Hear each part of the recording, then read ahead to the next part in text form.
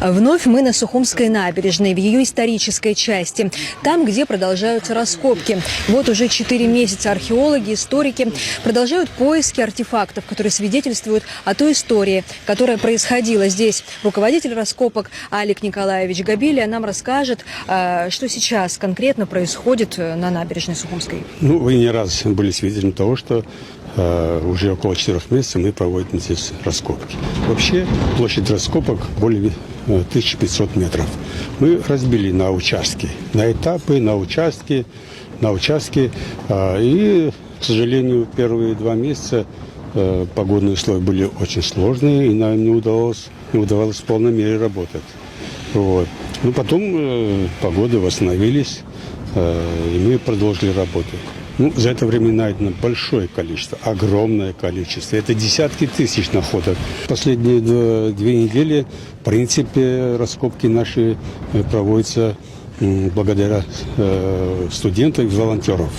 Но должен сказать о том, что есть перебой финансирования, и мы вынуждены были распустить рабочих до следующего этапа финансирования. И сейчас вот у нас работают студенты. Отправимся к студентам, поспрашиваем у них, что интересного они смогли отыскать за это время. Сколько они уже находятся на практике?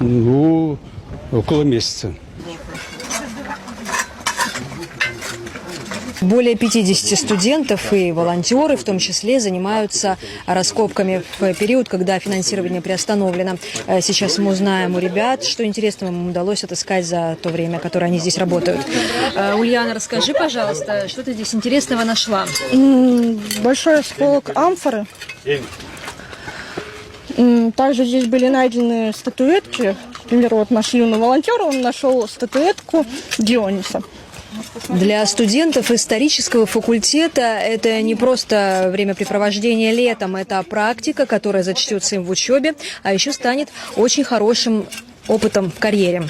Амина, студентка какого курса? 1-го курса исторического факультета. Расскажи, вот для тебя сегодня что значит участие в таких масштабных раскопках? Первый день практики, это является обязательным для нас, считается 5 дней практики. Как ты думаешь, ты задержишься больше, чем на 5 дней? Или вот 5 дней свои отработаешь в практике и пойдешь отдыхать на море? Это, скорее всего, уже будет видно завтра, потому что пока не могу сказать. Одни из самых интересных находок последних дней – это вот такие скульптуры Бахуса. Им украшали ручки амфоры для вина. По словам историков, они относятся к римскому времени. Алик Николаевич, чем интересны и конкретно вот эти статуэтки?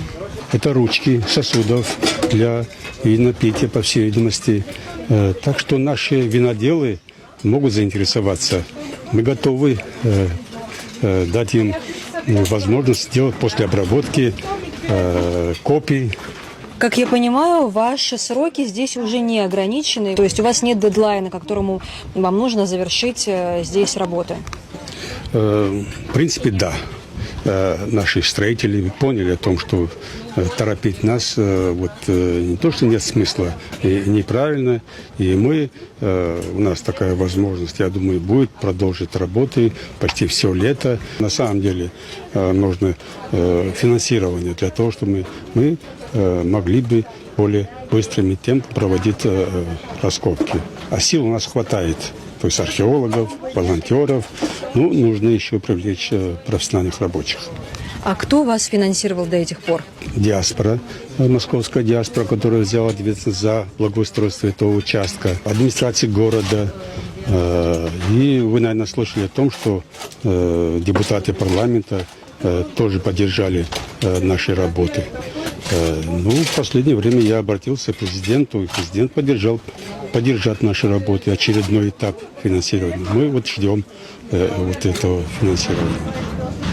А пока финансирование приостановлено, в основном работы здесь ведут студенты и волонтеры. А мы, телеканал Абаза ТВ, будем продолжать следить за тем, что интересного будут находить здесь историки и археологи. Марьяна Котова, Сасрыкова Гухава, Абаза ТВ.